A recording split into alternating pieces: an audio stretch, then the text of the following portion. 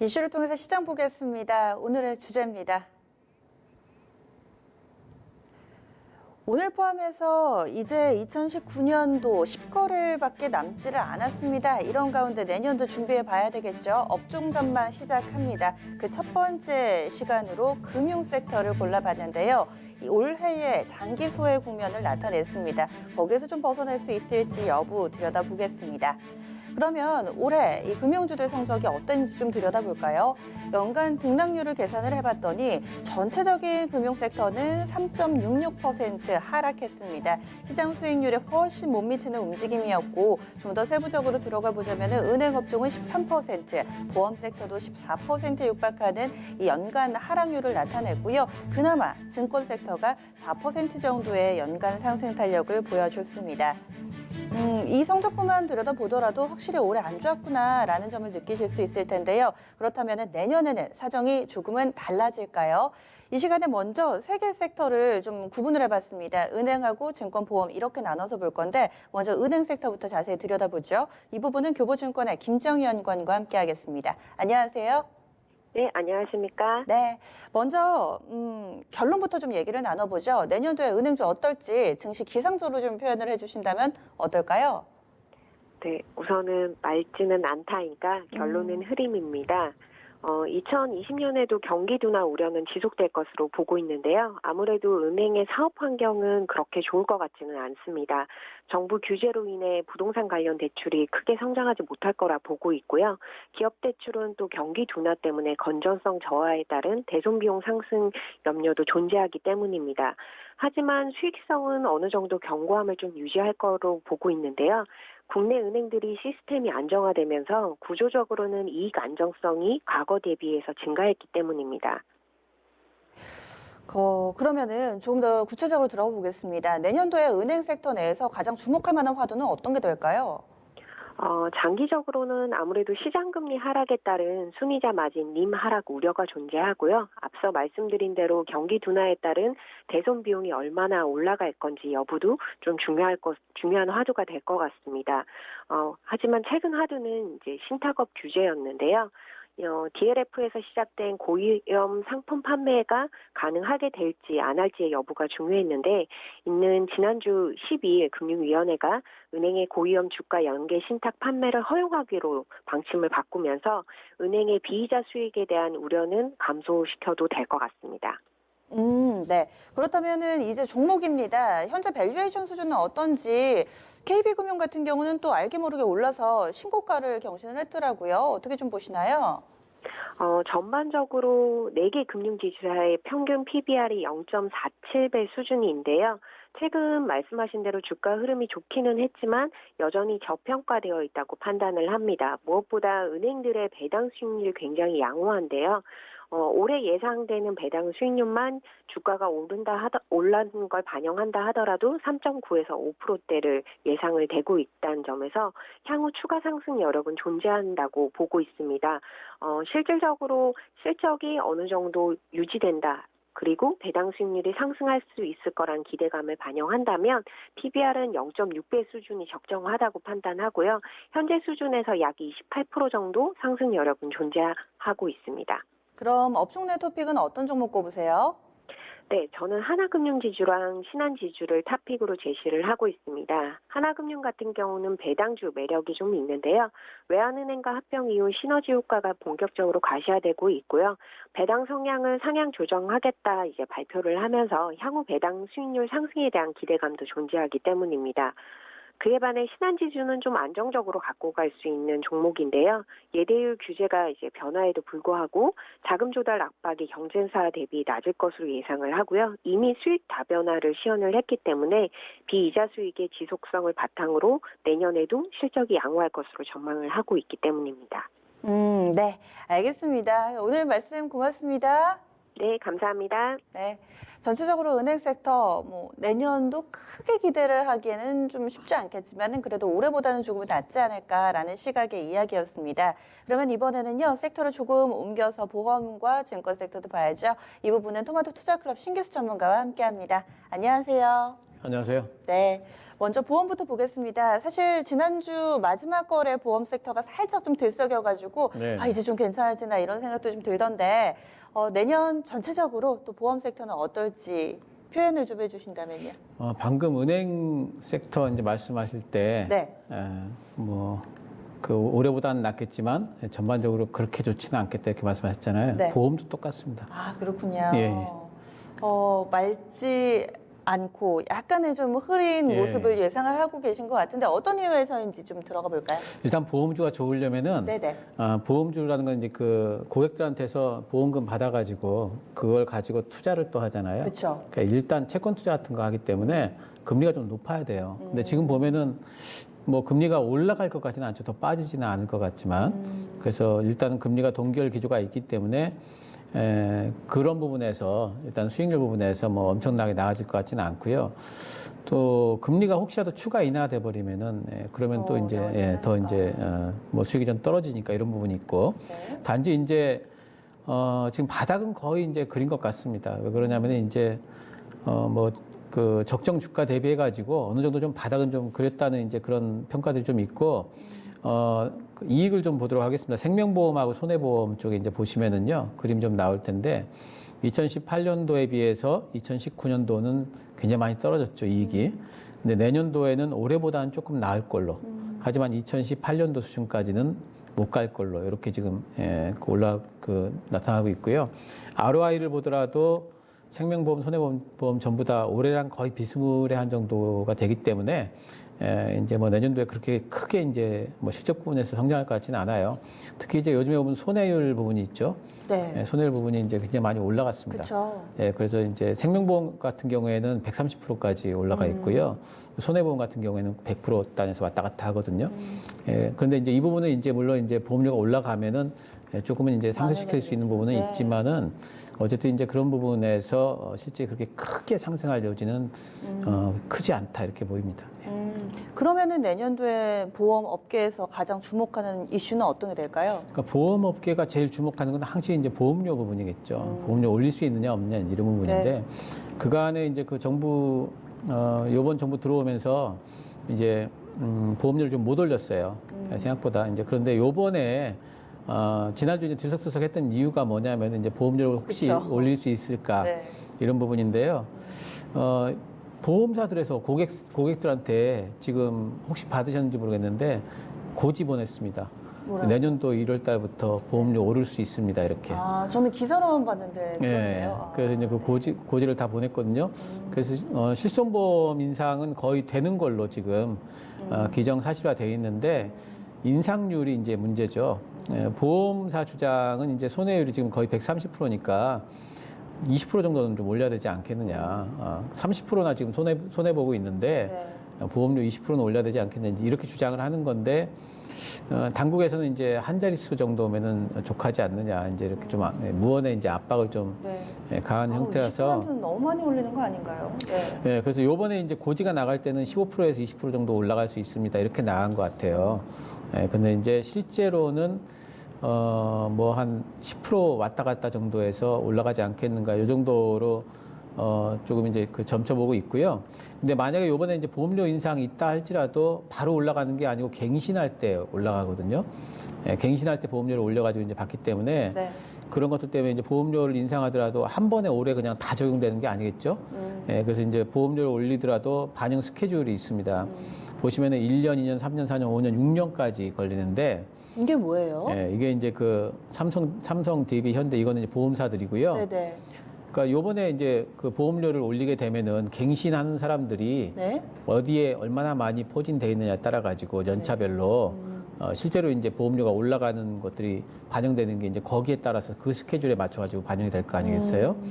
그래서 이제 삼성 같은 경우에 보게 되면은 이제 보험료 올리면 바로 적용되는 게 27.8%고 내년도에 적용되는 게 34%, 네. 그리고 그 다음에 이제 19.5%다 이렇게 해가지고 한 3년 걸려요. 예, 웬만치 그 보험료 올리는 데까지. 그러니까 요번에 보험료 올렸다고 해서 이 보험회사들 올해 실적이 갑자기 확 올라간다 이렇게 되지는 않는다는 뜻이죠. 예. 네. 그리고 올해 물론 지난주 같은 경우 가깝게는 이 실손보험료 올릴 수도 있다라는 이슈에 좀 들썩이긴 했지만 또 생각을 해보면 한 10월 달쯤인가요? 그때 채비낌 준비금 도입을 1년 정도 유예한다라는 내용 때문에 올랐었잖아요. 예, 예. 그렇게 되면 1년 뒤면 내년도에는 결국엔 올린다는 얘기인데 예. 올해 이 이슈로 올랐다면 내년도에는 이 이슈로 또 밀릴 수도 있지 않나라는 생각을 좀 해봐요. 예, 그렇습니다. 이제 그런 부분들이 이제 계속 그런 부분들에 대해 가지고 이제 뉴스가 하나씩 나올 때마다 뭐 이제 보험료 올린다 그러면은 또 올랐다가 그런 뉴스 나오게 되면 또 빠졌다가 이런 부분일 거기 때문에 내년도에 뭐 기저효과 이런 것 때문에 좀 올라가긴 하겠지만 그런 것들이 늘 상방을 좀 제한하는 요소로 작동을 할 것 같습니다. 네. 오랜 기간 소요되면은 또 늘 따라붙는 이야기가 그러면 가격 메리트는 좀 생기지 않았느냐라고도 역으로 생각해 볼 수 있는데 현재 밸류에이션 수준은 어떻다고 보시나요? 지금 그림이 하나 나올 텐데요. 적정 PBR 대 현재 PBR 이렇게 그림이 좀 나올 겁니다. 근데 보시면 이제 오른쪽에 이제 회색 부분이 적정 PBR이라고 돼 있고요. 왼쪽에 이제 파란 부분이 이제 그 현재 PBR입니다. PBR, 네. 이제 ROE 가지고 이제 비교를 해놓은 거예요. 네. 보시면 다 밑에 와 있죠. 그쵸. 적정 PBR보다 파란색이 더 짧네요. 다 짧은데 그러면은 적정 PBR을 인정받기 위해서 그럼 올라가야 되잖아요. 네네. 근데 꼭 그렇질 않죠. 이제 그런 것들이 이제 물론 언젠가는 또 올라가겠지만 네. 시장 상황이라는 것도 있고 그 다음에 이제 흐름을 만들어내기 위해서는 보험회사 실적이 이제는 올라갈 거다라는 어떤 믿음을 줘야 되겠죠. 그런 성장성 같은 것들이 적어도 2분기 이상은 뭔가 좀 실적 수익성 부분에 있어가지고 뭔가 좀 성장이 있어야지만 시장에서 이제는 보험사들이 손해율도 좀 빠지고 네. 수익성도 늘고 이런 것들이 가능해졌네 이렇게 볼 것 같아요. 그래서 이제 그런 정도까지 되기 전까지는 뭐 반등이 나오더라도 어느 정도 기술적 반등 정도로만 봐야 될 것 같습니다. 현재 밸류에이션 상으로는 이렇지만은 투자 심리가 좋아질 때까지 여기에 따른 좀 신뢰가 생길 때까지는 좀 더 두고 봐야 된다 이렇게 그렇죠. 보시는 거죠. 예. 그러면은 그 가운데서도 또 옥석가리게 해봐야죠. 보험주 내에서의 토픽은 어떤 게 있다고 보세요? 일단 미리 말씀드릴 거는 토픽은 없습니다. 아 그래요. 일단 토픽은 없고 단지 이제 그 종목들 가운데에서 그 중에서 이제 그 골라보는 거죠. 골라본다면은 일단은 이제 보험 손익 추이를 좀 보도록 하겠습니다. 손익 추이를 보시면은 동양생명이 계속 플러스권에 있죠. 그 이익이 그렇기 때문에 보험 손익 플러스를 계속 유지하는 종목입니다. 연한 회색. 네. 그래서 생명보험 중에서는 동양생명이 그래도 그나마. 이익을 네. 유지를 하고 있다 이렇게 보이고요. 그다음에 손해보험사별 이제 보험 영업이익 추이를 보도록 하겠습니다. 아유, 다 마이너스. 보시면은 다 마이너스예요. 근데 이제 이 중에서 삼성화재가 내년도에 기저효과가 제일 이제 클 걸로 예상을 하고 있거든요. 그래서 네. 이제 반등폭이 어쩌면은 제일 어느 정도의 기술적 반등은 제일 크게 나올 수가 있겠다. 이런 거고. 어쨌든 이제 단기적으로는 지금 보험료 인상 호재가 반영이 될 거예요. 그리고 이제 시장이 내년 상반기에는 나쁘지 않을 걸로 보기 때문에 그런 단기 모멘텀은 있을 거다. 하지만 추세를 그리며 올라간다고 생각하기에는 아직까지는 어렵다. 조금 무리수다. 이렇게 보입니다. 네. 지금까지는 보험 섹터 얘기였고 이제 증권 섹터 넘어가겠습니다. 증권도 기상도를 좀 그려주신다면요. 증권은 구름이 껴 있는데 해가 조금 보이는. 그래도 은행 보험보다 낫다고 보시는 거예요. 이유는요? 그렇습니다. 일단 뭐 이제 내년도에 이익 전망치를 보면은 올해보다 소폭 감익, 마이너스 2% 정도 전체 봤을 적에 마이너스 2% 감액을 예상하는데 비슷한 거죠. 수수료는 올해랑 비슷할 걸로 보입니다. 올해 이제 수수료가 생각보다 잘 나왔어요, 상반기 때. 근데 이제 내년도에도 이제 증시는 괜찮을 걸로 보기 때문에 수수료는 올해 수준. 근데 이제 트레이딩이나 또 상품 파는 거 이런 부분에 규제가 좀 들어올 거고요. 그래서 이제 그런 부분들 때문에 이제 기고 효과도 있고 그런 부분에 좀 감소가 좀 예상이 되고 무엇보다도 이제 전체적으로 봤을 적에 대형 증권사들 같은 경우에는 지금 부동산 규제가 들어갔잖아요. 네. 그래서 IB 부분에서 NCR 비율이 NCR이 뭐냐면 이제 은행 같으면은 그 준비율, 지급 준비율 비슷한 네네네네. 거예요. 이제 그런 것들을 비율을 맞춰야 되는데 그 여력이 좀 부족하니까 대출을 많이 못 해주겠죠. 그래서 이제 그런 부분에 속도 조절을 좀 할 것 같기 때문에 뭐 올해랑 비스무리한 정도 예상을 좀 해볼 수가 있겠습니다. 네. 그러면은 이제 증권 업종 내에서도 어떤 부분에 좀 주목을 하게 될까요? 지금 단기적으로는 방금 말씀드렸던 바로 그 부분이죠. 이제 부동산 PF 익스포저 건전성 아, 관리 맞아요. 방안. 얼마 요게 이제- 전에 메리츠홈금융권 급락했잖아요. 네, 그때. 그렇습니다. 이게 네. 이제 발표가 됐는데 이것 때문에 이제 그 이쪽에서 이제 대출을 못 해주면은 ROE를 상승시키기 위해서는 부동산 이외의 자산에 투자를 또 해야 되잖아요. 예, 그러면은 뭔가 부동산 투자가 사실 제일 쉬워요, 우리나라에서. 네, 지금 그거 말고 좀 다른 네. 데다 금융 상품에다 투자를 해야 되잖아요. 예, 그러니까 그런 부분에서 리스크를 조금 더 안아야 된다는 부분. 네. 이런 부분이 있고 또 한 가지 뭐냐면은 이것 때문에 그럼 NCR이 낮아지게 되면 유상증자 해가지고 또 그걸 채울 수가 있거든요. 이제 그런 우려감들이 조금 있습니다. 하지만 이제 뭐 어쨌든 아직까지는 좀 관리 가능한 부분으로 이제 보이고 있고요. 네. 예, 어쨌든 이제 그런 여러 가지 우려감들이 이번 부동산 규제 때문에 많이 생기고 있다. 그리고 지난번에 메리츠가 많이 빠졌잖아요. 네네. 그 이유가 왜 그러냐면은 주요 증권사별 채무보증 잔고 추이가 이제 그림을 좀 보시면은요. 네. 주황색 부분이 그게 메리츠입니다. 아, 월등히 높네요. 예, 이렇게 높기 때문에 채무 보증을 많이 했다. 그렇죠. 예, 네. 그렇기 때문에 뭐 할 수 없이 빠진 거고요. 예, 그래서 어쩔 수가 없는 부분이었고 또 반등은 나오고 있습니다. 예, 이런 부분이 있고 또 이제 이런 부분이 있다 할지라도 증권주는 늘 증시가 좋으면 같이 갔거든요. 그렇죠. 네. 예, 그래서 이번에 무역협상 합의 도출했기 때문에 시장 상승이 이제 되느냐 마느냐 이걸 볼 텐데 뭐 그걸로 본다면은 이제 해가 비친다 이렇게 볼 수 있겠죠. 예. 네, 그래서 구름과 해가 예, 예. 함께 있는 그림을 그려주셨군요. 이번엔 밸류에이션 비교해 보겠습니다. 증권주도 마찬가지로 시장 대비해서 이제 좀 밸류에이션은 낮아요. 그림이 좀 보일 텐데요. 보시면은 이 코스피 같은 경우에 PBR이 0.9인데 그 밑에 뭐 삼성증권, 미래에셋대우 쭉 보시면은 0.9보다 다 낮죠. 그렇죠. 예, 그리고 PER도 보시면은 올해 이제 그 14.9배로 나오죠. 코스피 같은 경우에. 근데 네. 그 밑에 보시면은 10배 이하로 잡히니까 지금 이제 증권주도 시장 대비해 가지고 상당히 좀 밸류 자체는 좀 낮다. 이렇게 이제 보이고. 증권 업종의 전통적인 밸류가 원래 한 자리죠. 한 이 정도 되죠. 예, 이 정도입니다. 예. 근데 이제 이 얘기는 뭐냐면은 네네. 시장이 또 이제 괜찮아지면은 증권주들이 키 맞추기가 또 들어가요. 급한 키 맞추기가 또 나올 수 있는 여지가 있기 때문에 네. 연말 연초에 어쩌면은 시장이 괜찮다면은 증권주를 반등을 좀 노려볼 수 있겠습니다. 그럼 증권 섹터 내에서는 최선호주가 있으세요? 증권성 내에서는 일단 저는 이제 키움증권 보고 있습니다.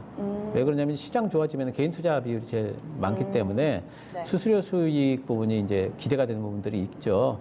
그래서 이제 그런 부분들이 한 가지가 있고 두 번째는 이제 뭐냐면은 키움증권 같은 경우에는 지금 부동산 PF 관련 채무 보증 잔액이 증권사 중에서 최소입니다.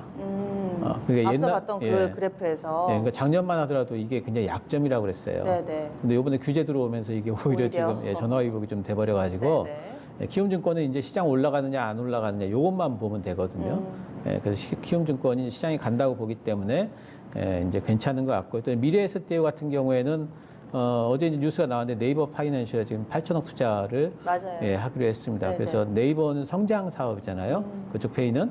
근데 이제 사실 이 증권업 같은 경우에는 어느 정도 이제 성숙기에 접어든 사업이라서 성장 사업이 하나가 붙는다면은 그런 부분들에 조금 더 이제 밸류를 좀 찾을 수 있는 부분이 있을 것 같아요. 네. 네. 그러면 저희가 좀 빠르게 금융 섹터 내에 은행과 보험, 증권을 좀 들여다봤는데 총정리를 좀 해주신다면요. 뭐 전반적으로 뭐 이제 아까 다 말씀드린 것 같아요. 은행 흐림, 보험 흐림, 증권, 해가 보이는 구름. 이렇게 이제 보시면 될 것 같습니다. 예. 네. 그러면은 만약에 투자 시기를 좀 잡는다면은 예. 언제쯤이 좋을까요? 저는 은행주는 네. 이제 금리 인상이 좀 시작되는 그때쯤이 아. 돼야지 아마 이제 본격적인 상승이 있을 거고, 은행주는 사실 수익성 계속 나오고 있어요. 나오고 있음에도 불구하고 정부 규제에 대한 언제 어떤 규제가 나올지 모르고 특히나 부동산 규제 같은 거, 부동산 대출 규제 같은 것들 이런 부분들 때문에 적극적인 관심은 좀 금리 인상 때까지 좀 미뤄야 되지 않나 이렇게 좀 보이고요. 네. 보험주 같은 경우에는 보험료 인상을 이제 하게 된다면 단기 모멘텀은 있어 보여요. 하지만 좀 단기로 보셔야 될 거예요. 네. 증권주는 시장을 보시면서 시장 상승, 시장이 어느 정도 고점 맞출 때까지는 증권주들도 같이 움직이지 않을까 생각을 합니다. 네, 알겠습니다. 오늘 말씀 고맙습니다. 감사합니다.